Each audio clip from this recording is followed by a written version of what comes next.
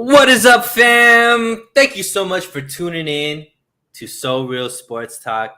I know you might be a little bit confused because you don't usually see me over here on Tuesdays because I'm always with my guy over to this side of me on Jack Hammer's channel, but we thought we'd do a little Tuesday, switch them up and come on my channel since, you know what, it's one of those down weeks for the 49ers, so why not do it on my channel, right, Jack? That's right. It's a little it's going to be an exciting week. We had OTAs start, with the media being able to show up last week, and then because of the holiday Monday, they pushed the media availability back till tomorrow. So it's perfect for us. We missed last week's show because I was up at Santa Clara for OTAs, and so it's great to be able to get back on and chat with you and do it over on your channel for a change. It's going to be fun. I love it, man. And just give me, I mean, I know anybody that's tuned into you has seen you put out a lot of content after that. But what would you say, I guess, just for the people on this channel, what were some of, I guess, your biggest takeaways from your experience over there in OTAs? What stood out? What were expectations that were met? What were expectations that weren't met? Well, I thought that Trey Lance looked good. I know that's kind of about the quarterback, and I felt like it looked like Trey Lance was improved from where he was last year. It looked like his throwing motion was a little bit tighter. And they weren't asking him to do too much as far as downfield work. It seemed like their focus was really on kind of the intermediate game. And he looked good there. A lot of, a good amount of checkdowns, but he also had some really nice completions, kind of deep over the middle, in the 15 to 20 yard range. So Lance looked really good. Jordan Mason, the rookie running back, looked really good. He popped a really nice one at the end of practice when they were doing some team drills. They're not tackling at this point, so it's a little bit different. But for the running backs, it's hard to see. And then beyond that, the quarterbacks look good. The receivers, in particular, Juwan Jennings, the tight ends. Tight ends got a lot of work. Tight ends and running backs got a lot of work during the 7-on-7 period of it. So we'll see what this week brings. We'll see if there's maybe a couple more guys because there was a number of players missing. But all in all, I felt like it was a good practice last Tuesday, and it'll be interesting to see how week 2 looks.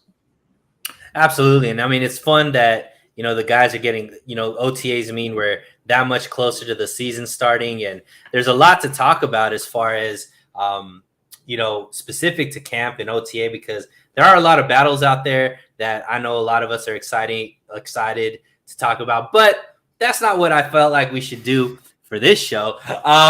What I wanted to do, Jack, because even though we might not know who's starting or, who's going to play necessarily at each position, we do know overall kind of what the talent pool is right now.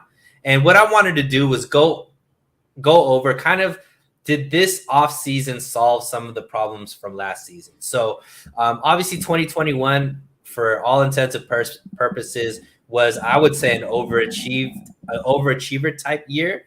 I don't think that too many people had the 49ers going all the way to the NFC Championship game, especially with how the season started.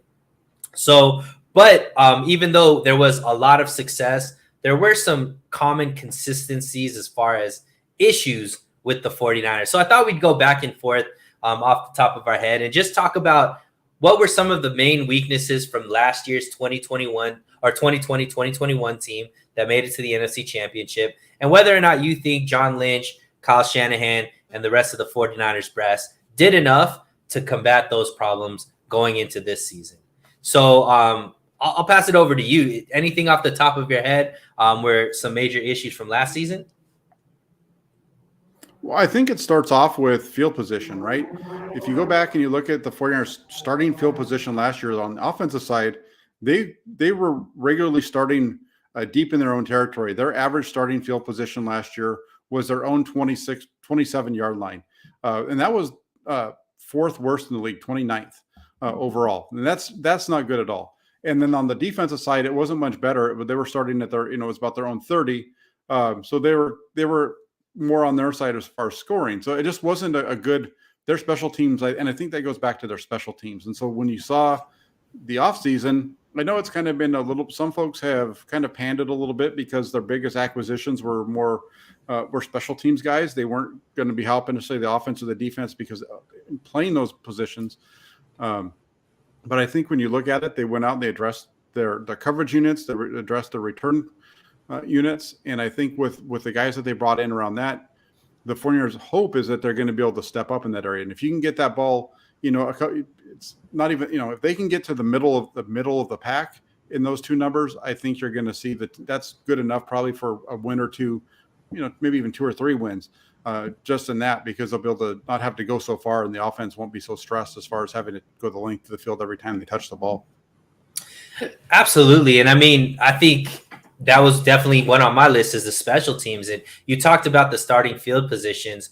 The 49ers last year lost, 5 games within 1 touchdown, or I think it was like they had like 5 to 7 games that were within a score. And, most of those were losses. Most of their losses were very close games. So you're talking about changing field position means maybe that same amount of yardage that you did, instead of you have to punt, maybe now you could kick a field goal, or maybe you get some momentum and now you're closer to the end zone and a field goal actually turns into a touchdown. So that's where you could start like peeling back points to get closer to flipping that, as far as losing by so many 1-score games. And I think you talked about the acquisitions. I mean, I think it starts with the coaching change, right, Jack? Like we have a new special teams coordinator. I don't know too much about his success. I know he's been, a special teams coordinator for the Seahawks for quite some time,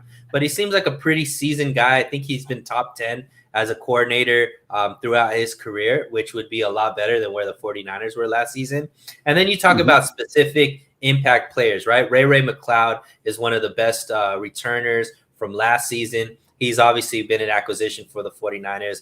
Then you got George Oden from the Green Bay Packers, who's a special teams ace, as well as Oren Burks, who's going to be safety / special team specialist, but also some of the guys they brought back from our own team, right? A guy like Jordan Willis, Jack, was somebody who showed out, in the playoffs against, Green Bay single-handedly, changed the way that game went with his, with his punt block, and then also, clearing out the guy so that Jimmy Ward could go in and make that field goal block.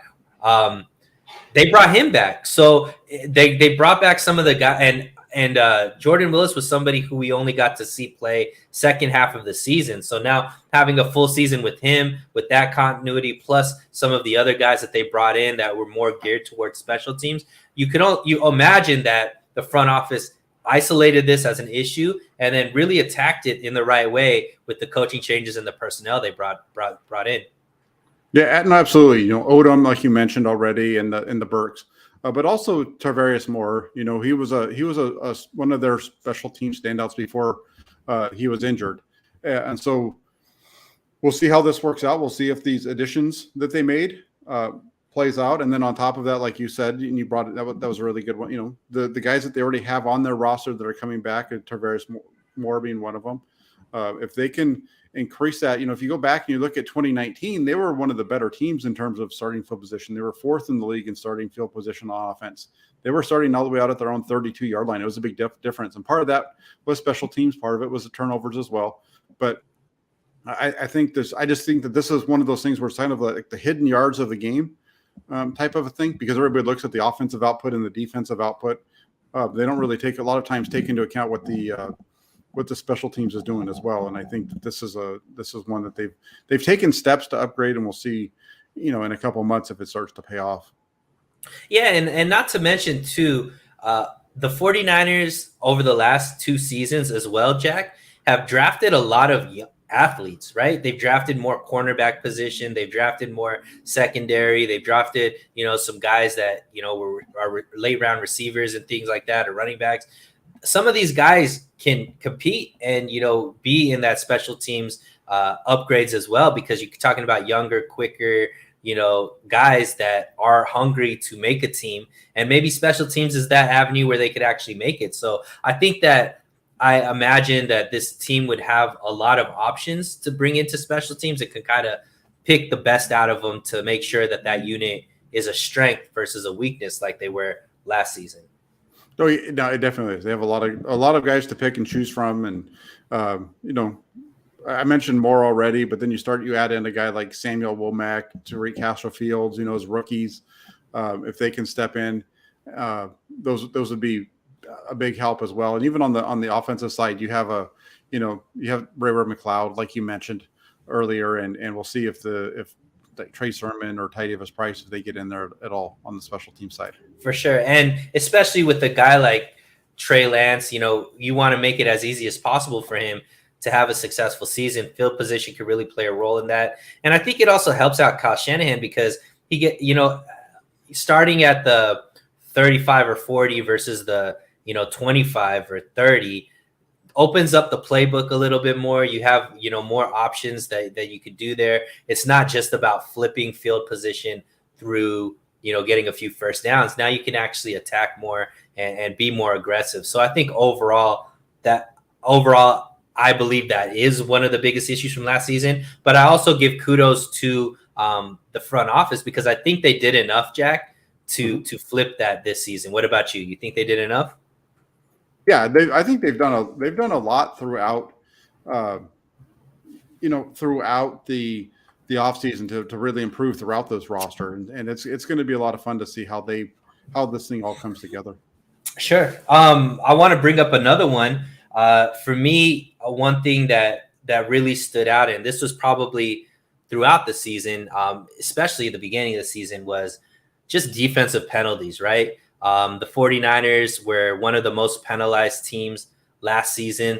Unfortunately, a lot of those were, it seemed like momentum changing type of penalties where pass interference, holding in the secondary and things of that nature. And a lot of that, I think, had to do with just the options that we had back there, to be honest. With all the injuries that kind of decimated the 49ers early on, with Verrett going down in week 1 and then Mosley not being healthy, at the beginning of the season, we leaned on a lot of guys off the couch, quote unquote, and young rookies. And it really affected, right? A lot of mistakes, a lot of head turning, a lot of, contact because you weren't in the right position. I do think that the 49ers did some good things with that this offseason, but I'll pass it off to you, Jack. What do you think about that being a major issue from last season? And do you think that the 49ers did enough to combat that this season?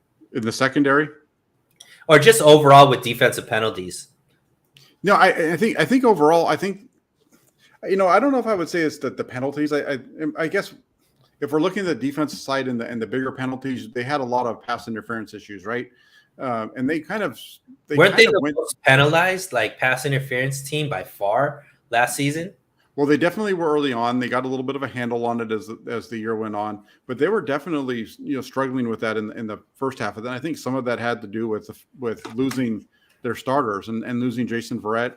Emmanuel Mosley was hurt for a while there, so they were playing. They were kind of not playing with it with their full hand. And then what you saw them do, a couple of different things. They stopped playing so much man to man. They started going a little bit more zones. That was part of what they were keeping everything in front of them by doing that. So they weren't having to worry about getting beat, those guys behind them. So they started taking that away a little bit with their zone defense. And I think that helped it out. And then this year, going out and getting Charvarius Ward, I think he's a big piece of this whole thing because he can lock down one side of the field and allow the other side to be, the defense to a little bit focus on the other side a little bit more. So, a guy like Emmanuel Mosley is going to become a bigger piece of the puzzle. And, they're just deeper also in that secondary. You start to look at it and you have Ward, you have Ambry Thomas coming back, you have Emmanuel Mosley coming back. And then you also have a Thomas. So if Verrett's healthy and able to play, you have Ward, Verrett, Thomas, and Mosley. That's a really strong top 4 compared to what they were dealing with last year. Yeah, and I mean, Tom Bragg brings it up here. Thanks for joining in, Tom. Charvarius Ward only had a couple PI penalties last season. So I think between basically what you were saying, him and Mosley, Verrett, Thomas, we will have fewer penalties on defense. And that's a big key. Charvarius Ward was only penalized 4 times as a full-time starter for the Kansas City Chiefs last season. 2 of them were pass interference. 2 of them were defensive holding. So he is somebody who can play extremely well without making costly errors, which is a big key. And I think if I'm right, I think the 49ers were the most penalized pass interference team last season, and it wasn't even close. I think Tampa Bay was second, and if I remember right, it was a big, vast difference. So I do believe, like you said, the bodies that we have this year versus last year are really going to improve that, right? Because now we have bona fide outside, corners, bona fide guys that could be starters on the team, versus guys that are just band-aids because there was no other options, right? So all of our corners now are much younger, all under the age, I think, of 27, 28, which is good. I mean, with the exception of Verrett. But Charvarius Ward is young. Mosley's young. Ambry Thomas is young. Womack obviously coming in. He's very young. And, whether Lenore makes the team, he's another young guy. So there's just a lot of youth there, and, fresh bodies. And I think it's going to be important, too, because I don't think that they're going to go to zone too much this year, Jack. I think now it's going to be very much so press man. Aggressive style with these corners that they got, all these assets that they've invested into it, and with the level of wide receiver play that the 49ers are going to face this year, it's going to be extremely important that these guys are able to defend and keep these receivers contained without making those errors. And I know you mentioned it was more first half, but I remember so much throughout the season, Jack, where a penalty by the secondary just kept the offense on the field, and it just seemed like there were just momentum changing type penalties where the defense was doing enough to kind of get off the field, and then a silly play here and there kept the opposing team in it, or moving the ball forward. And especially in these close games, those are make or break, I think. So I do think that with the new bodies that they do have a chance to be a lot better. Do you think they've done enough, or do you think that still might be something to keep an eye on this season? I think the secondary, I think what they've done on the defensive side of the ball is going to be enough. There's I kind of ran through their secondary earlier in my last response to you. It just seems like they're a much deeper group in the secondary. Their linebacker group comes back, and they've actually added to that, which their linebacker core was one of the stronger in the NFL last year, and they actually added to that when they brought in Oren Burks out of Green Bay. And then you look at the pass rush up front, and if that pass rush is able to get home, then that helps out the secondary as well. You don't have as many pass interference penalties because the ball's not going in the air because they're getting to the quarterback and knocking him around. So I think the way that they've addressed the defense is going to really help out that. And, just kind of looking through really quick, I know that they did have those issues throughout, but the pass interference things, penalties really cleared up after the Arizona game, the second one. They fell 3-5 at that. And then from that 3 and 5 point on, I think you saw a lot of their issues around the pass interferences on the defense. And then on the offensive side, you had the turnovers in between those two. Things really cleared up over the back half of the season. That's great. Hopefully they could take that momentum moving into this year as well. And Tom Brake brings up another guy, Darqueze Dennard, who, for all intents and purposes, seems like the favorite in the locker room to win that slot corner position, which is kind of one of the only open positions out of the cornerbacks as far as not really knowing who's going to be that starter. It looks like Dennard has a chance, Quez, or another guy's, Dante Johnson or Samuel Womack, I think could be a player there, even though I think you think he's more going to be groomed to play outside. Sticking to that slot corner, since Tom brought it up, who is your guess? I guess way too early because nobody's even we don't even have like mandatory camp yet. But who would you imagine being the front runner for that position now that K1 obviously is with the Broncos? I think that like Tom said, I think that people are sleeping on Darqueze Dennard a little bit here. Dennard was a first-round draft pick who was taken by the Cincinnati Bengals ahead of Jason Verrett and ahead of Jimmy Ward in the 2014 draft. So this is a guy who's been he was highly thought of. He has all the measurables. He has all the tools. He just needs to be in the right situation. The 49ers brought him in at the end of last year. This is a guy who hadn't really played in the slot a whole lot. They stuck him in there right at the end of the year against the Rams, and he played the whole second half of the 49ers defense in the slot. He only played the one game with them, but this is a guy who has the tools. Like I said, he's been working with the first team defensive unit all throughout OTAs. This goes back to even the early sessions where the media wasn't on hand. And the reason I know that is because Fred Warner told all of us that during the pre-draft meetings when he came to the podium, and they were talking to him about kind of what they've been seeing on the field, because that's when OTAs had just started and they're in the early stages of it. But even back then, Denard was the guy that was working with the first group. So, they like him. Kyle Shanahan talked about, having been aware of Denard for a long period of time. So they really like what they have in this player. I've seen a lot of people forecasting maybe that it's going to be Emmanuel Mosley. We've talked about this before, right? Mm-hmm. Maybe it's going to be Emmanuel Mosley slipping into the slot. Maybe Samuel Womack's going to get there. And we'll see how that all works out. We'll see how it shakes out. But I think right now, Darqueze Denard is putting his best foot forward to earn that role. Yeah, Jack, and I just feel that when it comes to Shanahan, if it's close, he's going to go with the vet over the rookie 9 times out of 10. And I just believe that position is going to be filled by a vet.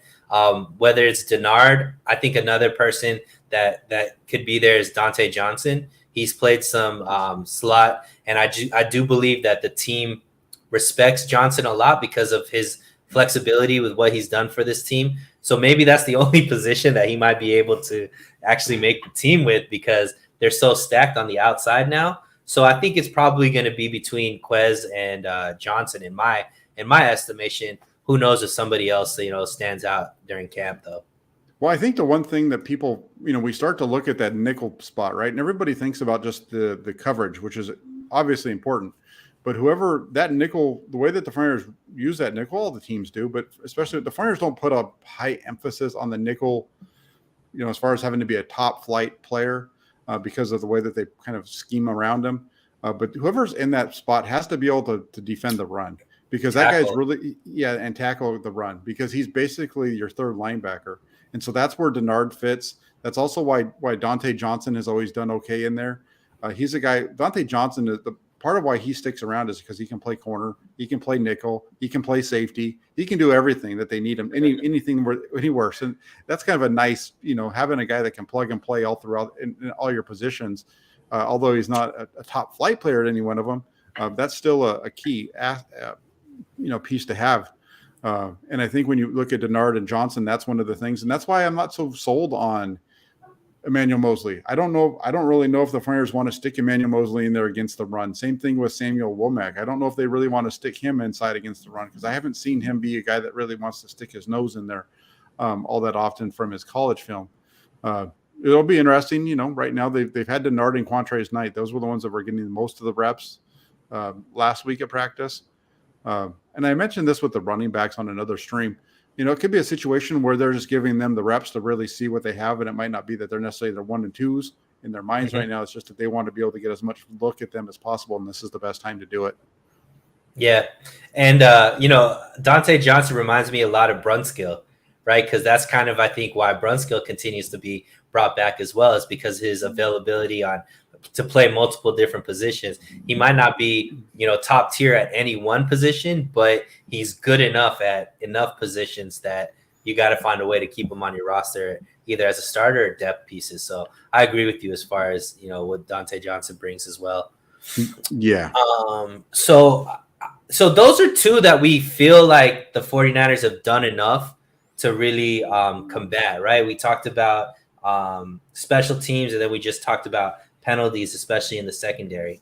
I have a few where I'm not sure if the 49ers have done enough. And the first one that I want to bring up, Jack, is first half scoring.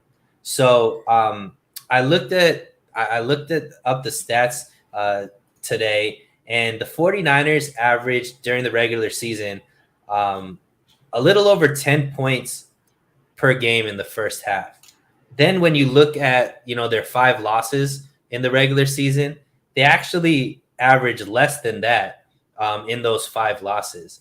And when you look at just the amount of close games that the 49ers are in, and you look at just how deep, the NFC is going to be and how close the playoff picture is going to be.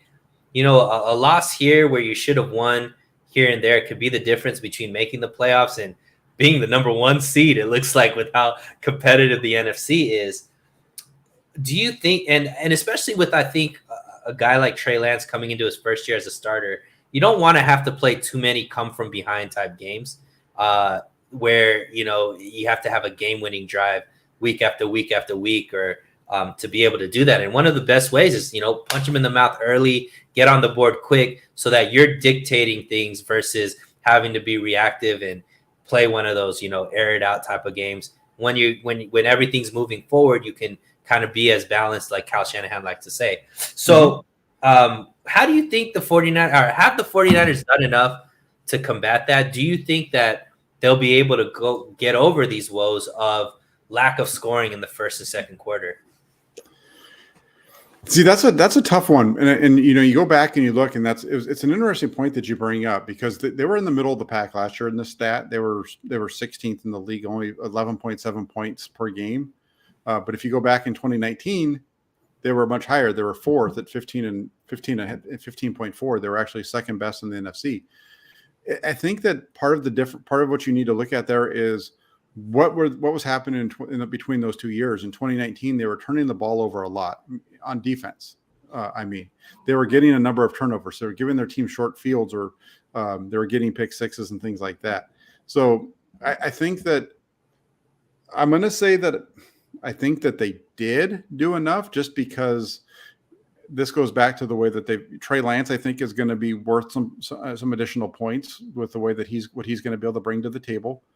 I think the wide receiver room is better than it was a year ago, especially last year. You look at the wide receivers, you have Ayuk and Samuel and Jennings. Those are the 3 that were already there. But I think Malik Turner is a much better receiver than Mohamed Sanu. I think that's kind of the same type of role there. I think Ray McLeod is an upgrade over what they had over Sherfield. I think Turner's an upgrade over Sherfield, and both of those two. McLeod's more of an upgrade over the other receiver. I can't think of his name right now. He didn't play for him last year. He was there in 2020. Goodwin? Number 13. No, not Goodwin. They let him go. He had injured his knee last year, and he was on the squad. But anyway, it doesn't really matter. I think that with McLeod and Turner and Danny Gray, you've got a better back 3 than you did last year. I think Ayuk and Jennings and Samuel, those were your top guys last year, and I think you look at it, and Turner and Gray and McLeod are a much better second group of receivers than what they had a season ago. So I think you get some additional points there. On the defensive side, we've talked about it. We feel like their pass rush is better. If you're rushing the passer and you're getting to the quarterback, I think that's where your turnovers come from. I don't think they were quite as good a season ago as they were in 2019. They were good, but Richie James, thanks, Tom. But I think last year, they weren't as good last year at getting to the quarterback as they were in 2019. And I think if they can get back to that number, you'll see the turnovers follow. Yeah, so this is one, Jack, where I'm not 100% sure that they solved it, because even when Trey Lance was there last season, he still struggled to score in the first half as well. And it seemed like a lot of their points came from 2-minute drills at the end of the second quarter that I think brought that number to that 11, point number or that you talked about, because first quarter points was pretty bad. Like when I looked through it, the first quarter points were pretty bad. Second quarter, you could see like a touchdown here and there. But if I look closer, I'm pretty sure a lot of those were in the 4-minute drill, 2-minute drill at the end of the second half, where it's kind of more on instinct versus called plays. I just hope that, they could get into Kyle Shanahan's scheme much quicker, right? It seemed like they struggled to have opening drive scoring. Like that seemed non-existent last season. And I think that's going to be very important because, for everything, maybe a lot of people are really hard on Jimmy. I mean, he is a seasoned vet. He's been there. He's somebody who has had a lot of game-winning drives or, can deal with the ups and downs and still be even keel. And we're not 100% sure about that with Trey yet, right? Because we haven't necessarily seen it. I mean, in Houston, they didn't score too much in the first half, and obviously he came back in the second half and what was a must-win game and, do it. So is there potential? Absolutely. But I can't for certain say that this year they're going to have a lot better scoring in the first half. I can tell you, Jack, I think it's going to be important. Like, that's going to make it a lot easier to reach the type of success that we're envisioning for this team if they could get, to more closer to maybe 20 points in the first half, like, 14 to 17 points versus the 10, 11 points that they were averaging last season. Yeah, and you make some really good points because we did have that. The 49ers did have that issue a season ago, right, with scoring points, and even with Trey Lance. I think that a lot of this goes back to what is Kyle Shanahan able to get comfortable calling plays for Trey Lance early? If he is, then I think that this solves some of the issue that you're talking about. I think he needs to get better with just the way that he manages the game with Trey Lance as well, because they gave up points in both of his starts by going for it on fourth down instead of kicking field goals. And they did it in Arizona. They did it when they played here against Houston. Instead of taking points, they're going for it. I understand wanting to do that because you have a big, strong running quarterback that can run the ball. But I think you need to be a little bit smarter about the way that you deploy it and take the points when they're there for you, get on the board. And then if you have to, maybe take a little bit more of those risks later on in the game. Yeah, I really just hope that we get to see the 49ers be in the top half of the league when it comes to opening drive scoring. I think it's a stat that, kind of gets underlooked. Obviously there's a whole game ahead of to make up for that, but I just think it's going to be very, very good for Trey Lance confidence and just the game overall. Like, if you can get that first half scoring up, Jack, I think then the second half really gives the defense a chance to utilize its strengths, which is that pass rush. If we could force teams into having to air it out and play catch up versus where they could just be consistent and balanced, if we could make teams one-dimensional, I think that just bodes well for the game overall, especially because we have so much depth at that defensive line position. That's what I really want to see them pick up. And I think a big part of that is just being able to be effective in the first half, which I think they weren't last season. Yeah, well, and that's we usually call this, the 49ers throwback show. So if you go back and you look back at the 49ers in the 80s under Bill Walsh, they were always one of the better teams in the first half. It seemed like they jump out on teams, especially in the postseason, but they'd go out and they'd be up 20 to 7, or they'd have a couple score lead quite often during their glory years. That was part of what they wanted to do, to go out and punch teams in the mouth, hit first, and jump out ahead, shut the crowd up if they're on the road, get their crowd crazy if they're at home, and then be able to kind of dictate things in the second half and maybe run the ball a little bit more to just drain the clock and those types of things. So I'm with you. If the 49ers can get back to that 17 points per game in the first half number that they did back in 2019, they're at 15.4. If they can get back to that number, it bodes well for them. Exactly. And I think the next biggest weakness, I think, plays a role in whether or not they can do that. And that is their rushing attack. So I think if most people just look at rushing attack because of, what Elijah Mitchell was able to do, because of what Debo did, second half of the season, I think overall people would be like, yo, this rushing attack was really good, or at least, good enough, which, you have to say is the case because they went as far as they did. But when you look in depth, it actually was a pretty inconsistent rushing attack, Jack. They only averaged 4.3 yards per attempt. And Debo, if you would take Debo out, because Debo himself averaged 5.1 yards per rush, if you took him out, that makes the running backs even worse, right? As far as their average yards per rush. And I think one of the reasons why the offense was so stagnant in the first half was because Kyle Shanahan loves setting up everything with the run, and he's very bullish on it. He's not going to change it up. He really believes that it's kind of like Novocaine. You give it enough time, it's gonna work. And if the if the rushing attack is only getting 4 yards per carry or close to that, I think that really hurts them. And I need to see the rushing attack average more 4.5 plus yards like they did in 2019 when they were ranked number 2 in rushing.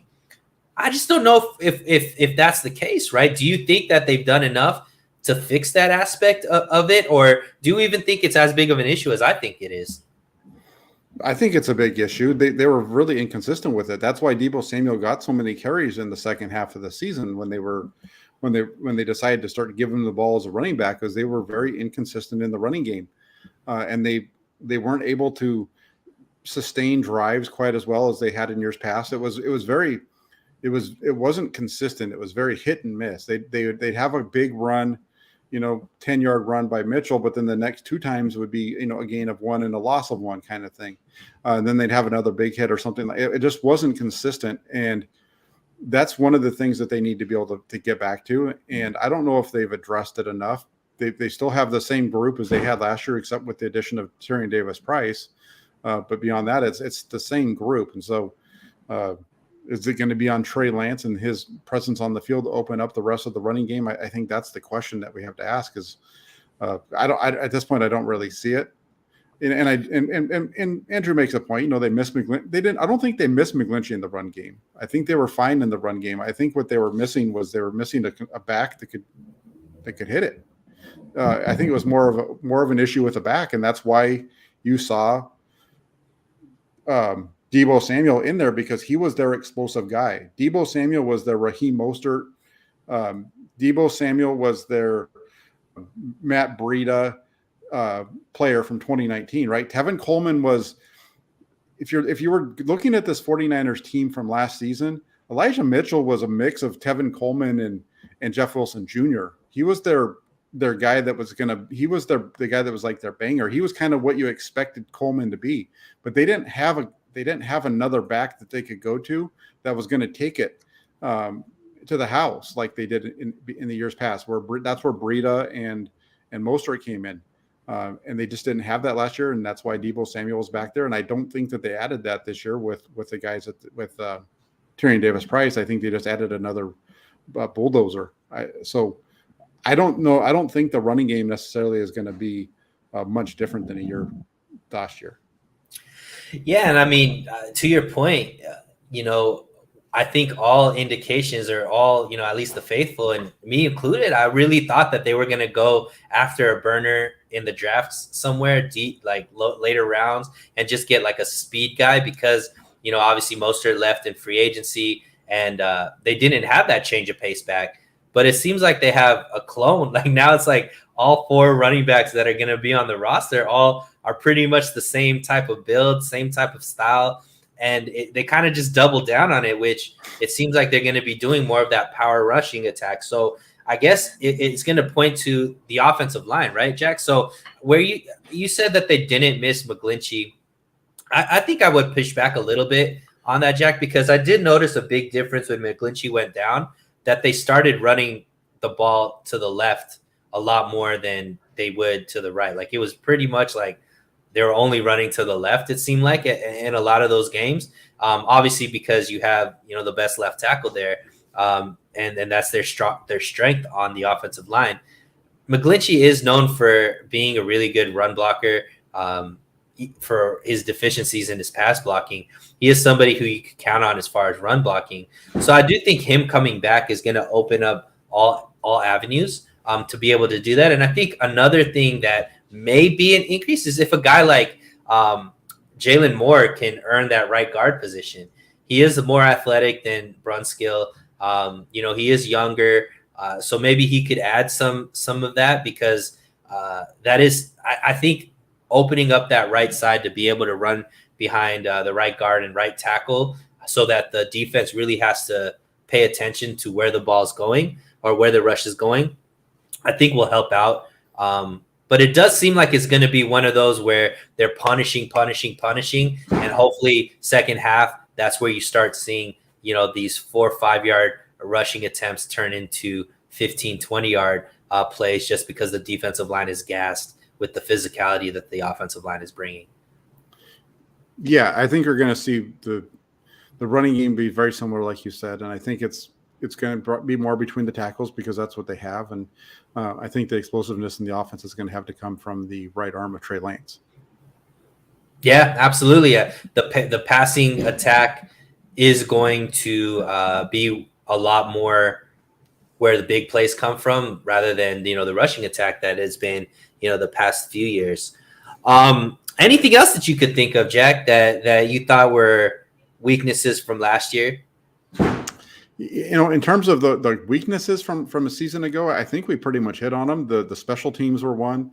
The lack of explosion in the running game was a big one. I don't think they addressed that.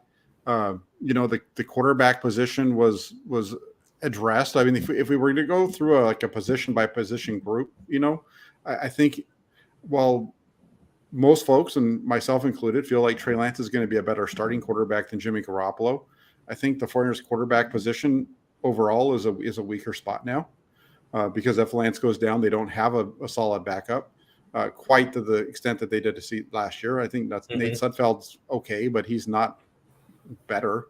And that's a big one. That's a big question mark right there. That's probably a bigger question mark than any position is what happens if Trey Lance goes down. If Trey Lance goes down, I think the season is get ready for 2023.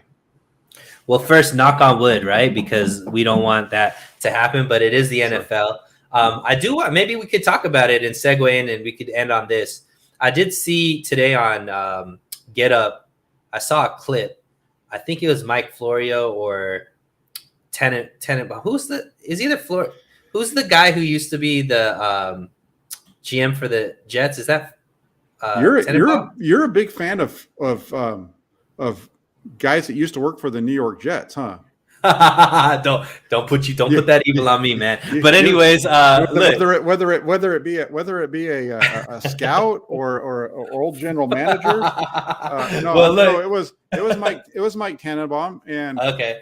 Let me say it for people that might have missed it. So basically, he was talking about, they were asking, should they, and to the extent it was kind of like one of those choose either this or that kind of question. So it was, should the 49ers trade Jimmy or not trade Jimmy? He said that they shouldn't trade Jimmy. And much to kind of the point that you made, giving up a guy like Jimmy who's had a lot of success with the team, why get rid of somebody unless you're blown away by a trade offer? Keep him for another season and then, let him walk after that. What did you think about that? And why should he do that? Why should the team do that or not do it based off of where you feel like they should go with that? I mean, from just a straight football standpoint, it makes total sense for the 49ers to keep Jimmy Garoppolo, right? If you could get everybody on the team behind it, you can get all the players on board with it, and the coaches can manage it, and they can make it work with the salary cap. However, they whatever balls that they can juggle to make that work. If you could keep Jimmy Garoppolo on the roster, I think you're a better team from a depth standpoint. So I can understand why Tannenbaum would say that. That's something that I've said as well. As they've gone along with this offseason, I just don't think it works for the 49ers in terms of keeping this roster together. They only have $600 and something thousand in cap space right now, and that's based off of only the top 51, right? And when you start the fact, and so there's going to be some ways that they can move money around. They might be able to do it, but what are you losing by keeping Garoppolo on the roster? And I think the biggest thing that you could be losing is a new deal for Deebo Samuel. You're losing some money with Deebo Samuel because you can't give him the kind of money that everybody else has received. And so from that standpoint, I think the 49ers are in a little bit of a situation where they need to move on from Jimmy Garoppolo more than a player like, a guy like Tannenbaum is saying. I think he knows it, but it's for argument's sake, it makes sense to say that you're going to go ahead and you want to keep him. Like I said, I understand it from a football standpoint in terms of team building, but in terms of moving forward and having a salary, if we were in 1986, this isn't even a question. Right. I mean, clearly, if Jimmy accepted the role, and he would be the best backup quarterback in the league, right? Because of all the success that he's had, and he's still, a viable candidate. What was interesting was he brought it up as it's actually going to be beneficial for Jimmy as well, right? Because he is coming off of shoulder surgery. No team has really been able to see him throw or would be able to see him throw. Who knows how he's going to respond, what the rehab and all that going to be. So, if he is along for the ride for a team and gets a chance to spell Trey in a few games here or there, if he's out due to injury or just rest or whatever the case may be, it might be a way of him being able to showcase his arm and still show people in the league that he has a chance. But he has a chance to still be a starter in the league. I just think there's too many things. I mean, he's been very vocal about how miserable that year was for him last season as far as, and just overall for the 49ers. I mean, Kyle Shanahan has flirted with every single quarterback that's been in free agency ever since Jimmy has been on the team. So it can't be an easy place to be. And at least, back then, Jimmy was the bona fide starter. He was QB1. Now that's not even the case. So you got to deal with all of these these little like underhanded, like subliminal type stuff. And not only that, you're the backup. Like, I just can't see Jimmy being happy in that situation. And for all the people that kind of hate on Jimmy, I still have a lot of respect for him. I think he handled the position very well, and he obviously changed the culture there as a quarterback. I think the 49ers should give him kind of honor him and give him that grace to be able to go find a place where he can vie for a starting job, whether that be cut him or, if there's a team that's willing to trade for him. The second reason is just that money, like you talked about. I think that $25 million to go into next season is just too important. You could just do a lot better. So they've already guaranteed Sudfeld his contract, so might as well just rock with him. Even though I do agree with you. I think even a guy like Sam Darnold would have been a better option as a backup than just having Nate Sudfeld there as well. But the team seems to like Sudfeld. They obviously drafted Purdy. Who knows what he's going to be able to be. So, that's kind of what they're going to rock with. And, Kyle Shanahan made it pretty clear that, Jimmy, they're still looking to trade Jimmy. And I do think that, he gets cut if they can't find a trade partner. Yeah. I think you're right. That's why I said, from a football standpoint, it makes sense. You start getting into the personalities, you start getting all the other stuff. Garoppolo doesn't want to be in the 49ers. He doesn't want to be here. He's already said goodbye to everybody. Mm-hmm. The only reason he's here is because he can't throw because of the injury.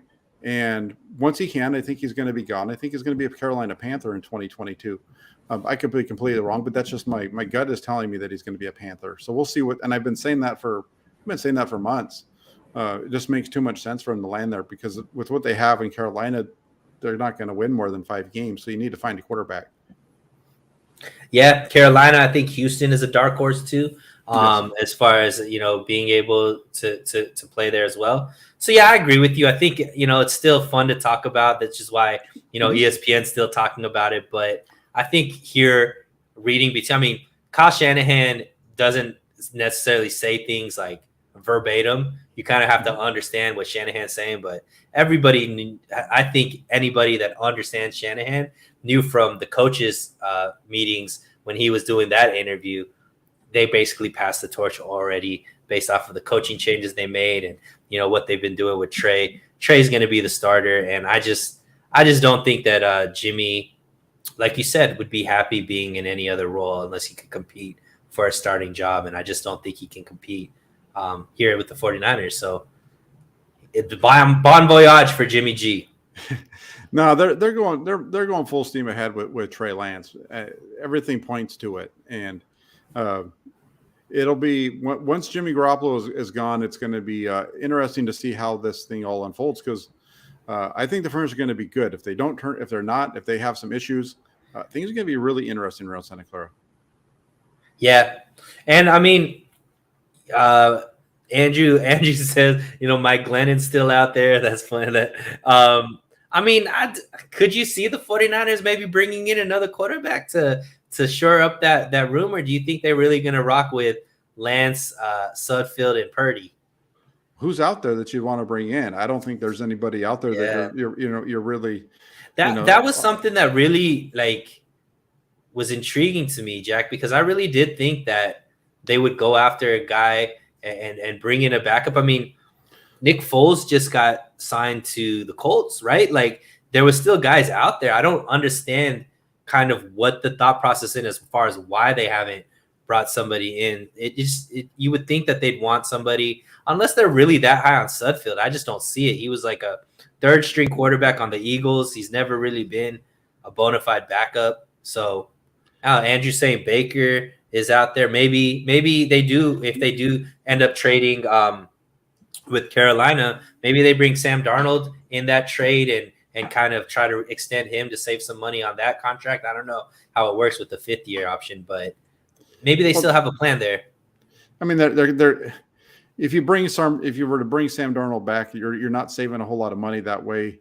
You are saving about $7 million in salary cap if you swap the quarterbacks and do that. I think the reason the 49ers are with Nate Sudfeld is because he worked really well with Trey Lance. Trey Lance really liked him. They feel like he's able to he's just a really good sounding board for him, and he's from that standpoint, he's a really good backup for what they were looking for, because doing what they did with Sudfeld is just another point for me that the guy is Lance, and they wanted to have the guy that works best. Lance has talked about it himself, about how much help Sudfeld was to him, and I think that's the 49ers thought process with bringing him back, was this guy works well with Trey Lance. Trey likes him. Trey trusts him. Between him and the quarterback coaches, he can be our backup quarterback, and if we need to put him in there, we can survive for a game or two. I think that's what their thought process is. Yeah, they don't have, and on top of that, I'm sorry to cut you off, but they only have remember, they only have $600,000 in salary cap. Quarterback in the NFL, if you're worth your salt, most of those guys aren't going to be cost $600,000, $800,000. Those are right now. The only way they can make it fit is if the guy was like $1.4 million. Beyond that, it doesn't really work for him. Right. I mean, clearly the Jimmy choosing to do that surgery when he did, really put them in a bind as far as what options they had, because I have to believe, Jack, especially with how big of an Achilles heel the 49ers regime had to deal with when Jimmy was out. Like the drop off to a guy like Nick Mullins, a drop off to a guy like CJ Beathard, and still having a team that could compete, but just not having the quarterback play to be able to compete.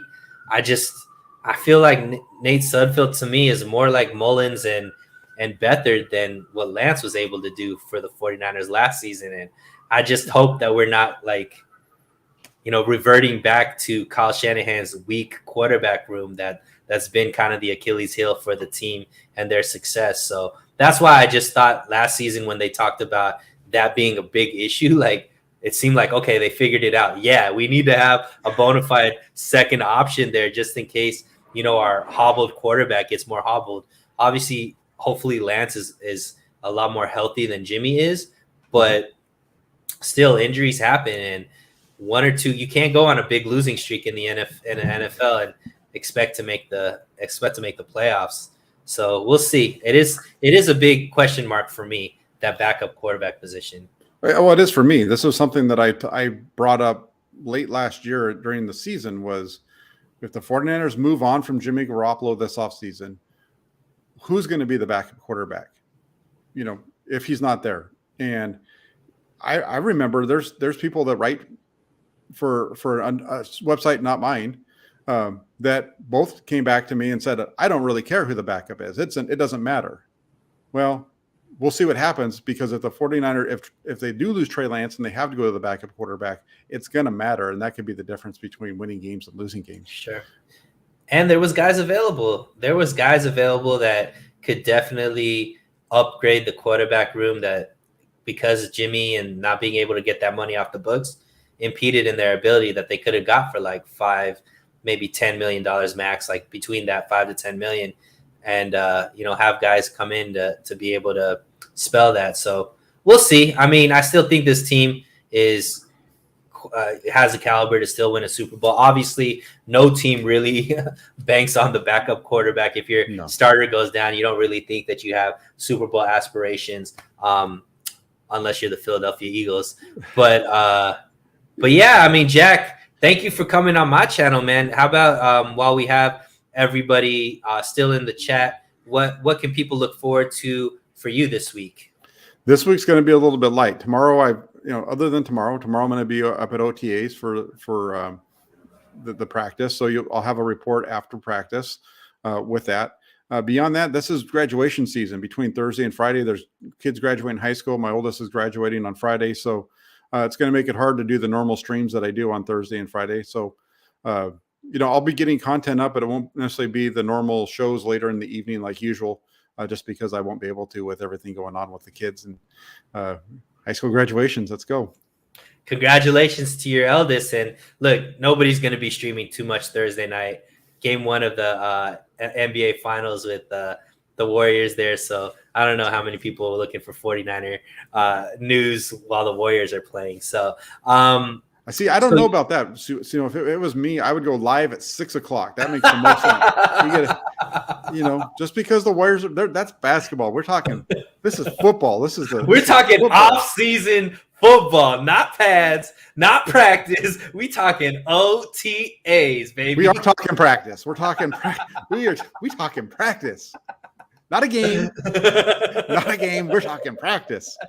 I love it. Well, Jack, thank you so much for doing it on my channel. Next week, we'll be back on Jack Hammer's channel doing the throwback show. Guys, if you haven't subscribed, please subscribe to this channel. We are making the push to try to get to 1,000 as soon as possible. And Jack's links to not only his YouTube channel, but his writing at the Santa Rosa Press Democrat are in the subject or in the description. So make sure you take a look at his stuff. And Jack, anything else before we sign off? No, just keep tuning in. Make sure you're subscribing to Suneil here. That's partly why we're on his channel, is to help him out. He does a great job on with what he does. I know Rohan was in the comment section earlier, and you guys do a lot of shows together over here. And give Suneil some love. He puts out great content, and he's a fan just like all of you. And show him some love. Appreciate that, Jack. And like I always say, stay safe, stay hydrated, and we'll talk again very, very soon. I'm jumping on Jesse's channel right now, guys. So if you want some more of me, head over to Last Second Sports. Have a great night, guys.